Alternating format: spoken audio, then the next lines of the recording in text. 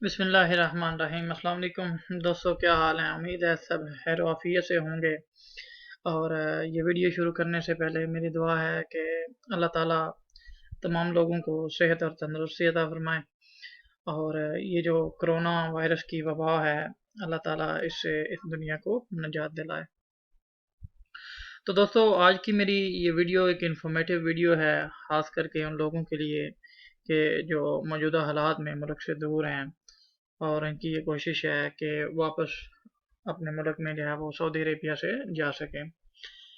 तो जब से ये लॉकडाउन का सिलसिला शुरू हुआ है, तकरीबन 9 मार्च से लेकर, उसके बाद आहिस्ता आहिस्ता सऊदी हुकूमत ने एयरपोर्ट वगैरह को बंद करना शुरू कर दिया। और फिर एक वक्त ऐसा भी आया कि तमाम तरह की परवाज़ों के लिए, चाहे वो इंटरनेशनल थी या डोमेस्टिक थी, एयरपोर्ट को मुकम्मल तौर पर बंद कर दिया गया। ना कोई परवाज़ आ सकती थी, ना कोई परवाज़ जा सकती थी। लेकिन अब उन लोगों के लिए कि जिनके काम के कॉन्ट्रैक्ट ख़त्म हो चुके हैं, या वो लोग जो विजिट वीज़ा पर आए हुए थे, या वो लोग जो भी आगे छुट्टी जाना चाहते हैं, कंपनियों ने अगर उनको छुट्टी दी है तो वो चाहते हैं कि हम अपने मुल्क के अंदर ये छुट्टी गुजार के आएँ। तो उसके लिए सऊदी जवाज़ात ने जो है वो एक तरीक़ाकार लॉन्च किया है। उस तरीक़ाकार के तहत जो है वो लोग जा सकेंगे। लेकिन मेरी ये वीडियो देखने से पहले ये बात ज़हन में रखें कि इस मकसद के लिए सऊदी हुकूमत ने सिर्फ 4 एयरपोर्ट को इस्तेमाल करने का ऐलान किया है। सिर्फ इन्हीं 4 एयरपोर्ट से जो है वो लोग जा सकेंगे।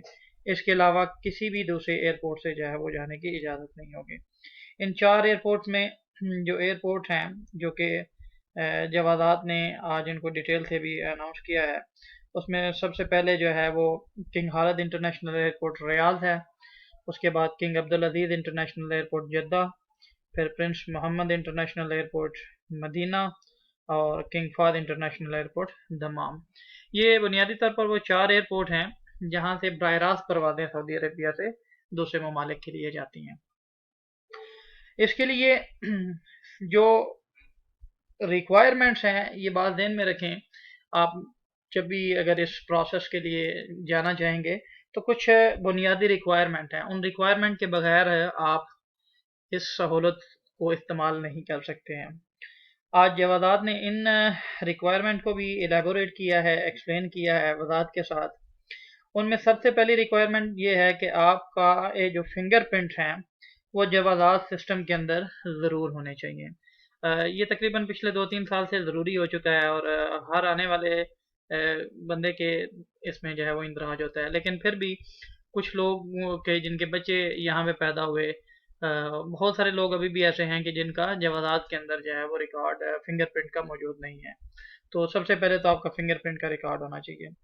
फिर वैलिड वीज़ा होना चाहिए। अब वैलिड वीज़ा या तो आपका खरूज नहाई का भी वैलिड वीज़ा होना चाहिए, या फिर खरूज उदा यानी एग्जिट री एंट्री का भी जो है वो वैलिड वीज़ा होना चाहिए। इनमें से कोई भी वैलिड वीज़ा है तो आप उसको इस्तेमाल कर सकते हैं, या अगर आप विजिटर हैं तो भी आप इसको इस सहूलत से इस्तेफादा हासिल कर सकते हैं। उसके अलावा आपका पासपोर्ट वैलिड होना चाहिए, और आप किसी भी किस्म के केस में मतलूब नहीं होने चाहिए, क्योंकि अगर आप किसी भी किस्म के केस में मतलूब होंगे तो फिर भी आप जो है वो किंगडम को नहीं छोड़ सकते हैं। और आपका जो मुल्क है वो भी उन ममालिक की लिस्ट में शामिल होना चाहिए कि जो इस इनिशिएटिव की लिस्ट के अंदर जो है वो मौजूद हैं। तो इन सारी रिक्वायरमेंट के बाद आपको क्या करना है? आप दो काम कर सकते हैं, या तो moi.gov.sa पे जाएं, या डायरेक्ट अब अबशर के लिए अलग से वेबसाइट जो है वो लॉन्च कर दी गई है। याद रखें, इसमें आपका अबशर अकाउंट होना ज़रूरी नहीं है। आप अबशर वेबसाइट का इस्तेमाल कर सकते हैं।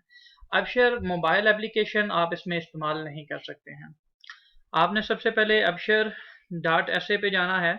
तो इस तरह की ये विंडो जो है ये आपके सामने ओपन होगी।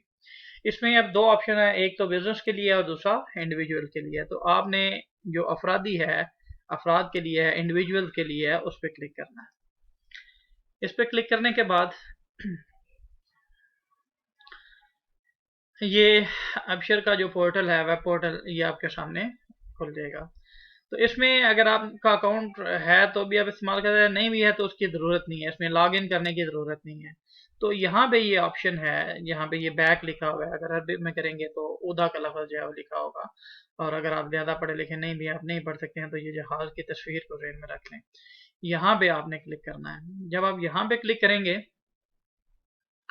तो ये विंडो जो है ये ओपन हो जाएगी। ये विंडो ओपन होने के लिए यहाँ पे ये ओदा सर्विसेज को नाम दिया है उन्होंने।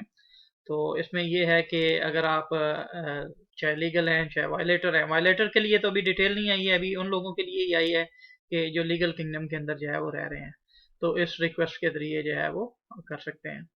तो ये कुछ उसकी टर्म्स एंड सर्विस लिखी हुई हैं, जो बिल्कुल स्टार्ट में मैंने आपको बताया है कि the applicant must have a fingerprint in the system, तो सिस्टम के अंदर फिंगरप्रिंट होना चाहिए।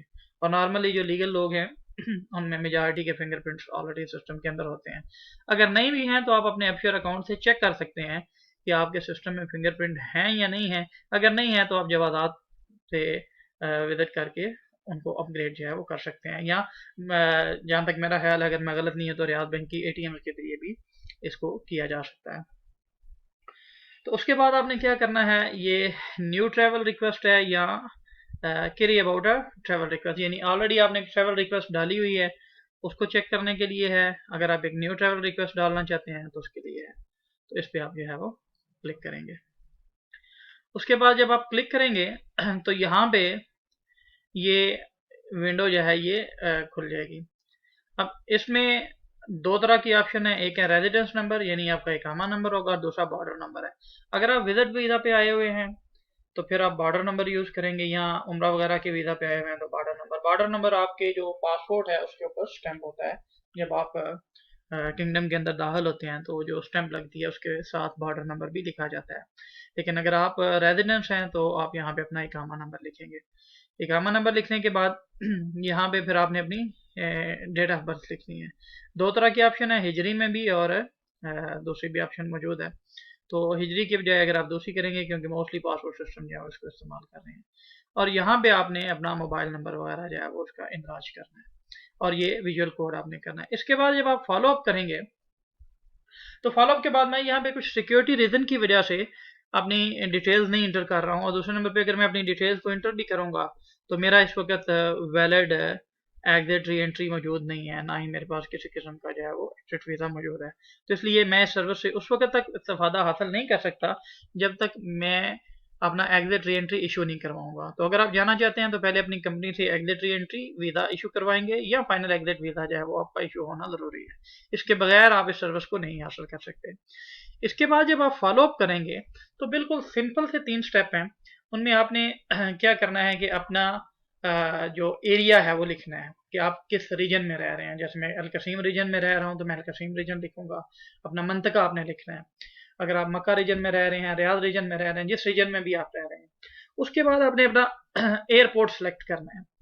एयरपोर्ट को सिलेक्ट कर लेने के बाद आपने क्या करना है, एक कोड एंटर करना है, तो आपके मोबाइल पे मैसेज आ जाएगा। मैसेज आने के बाद आपकी रिक्वेस्ट जो है वो कंफर्म हो जाएगी, और कहा जाएगा कि आप जो है वो इंतज़ार करें, आपकी रिक्वेस्ट को फॉरवर्ड कर दिया गया है। जैसे ही आपकी रिक्वेस्ट कंप्लीट हो जाएगी तो आपको टिकट रिजर्वेशन नंबर आ जाएगा, और एयरपोर्ट का भी जो है वो टाइमिंग वगैरह के साथ आ जाएगा। उसके बाद आपको टिकट को खरीदना होगा। आप मुतलका एयरलाइन से जो है वो टिकट वो रिजर्वेशन नंबर के साथ आप खरीद सकते हैं। तो ये एक सिंपल सा प्रोसीजर है। लेकिन यहाँ पे मैं ये चाहूँगा कि अगर आप जाना चाहते हैं, आप छुट्टी जाके वापस आने का आपका इरादा है, तो फिर कोशिश करें कि आपकी छुट्टी कम से कम 5 से 6 महीने की हो। क्योंकि अगर आप इससे कम छुट्टी लगवा कर जाएंगे तो अभी तक कोई वादे नहीं है कि कब तक जो है ये दोबारा से ये एयरपोर्ट को हर एक के लिए खोला जाता है, कब तक वापसी की फ़्लाइट्स का जो है वो एक सिलसिला बनाया जाता है। तो थैंक यू वेरी मच। उम्मीद है कि आपको इस सिस्टम की समझ आ गई होगी।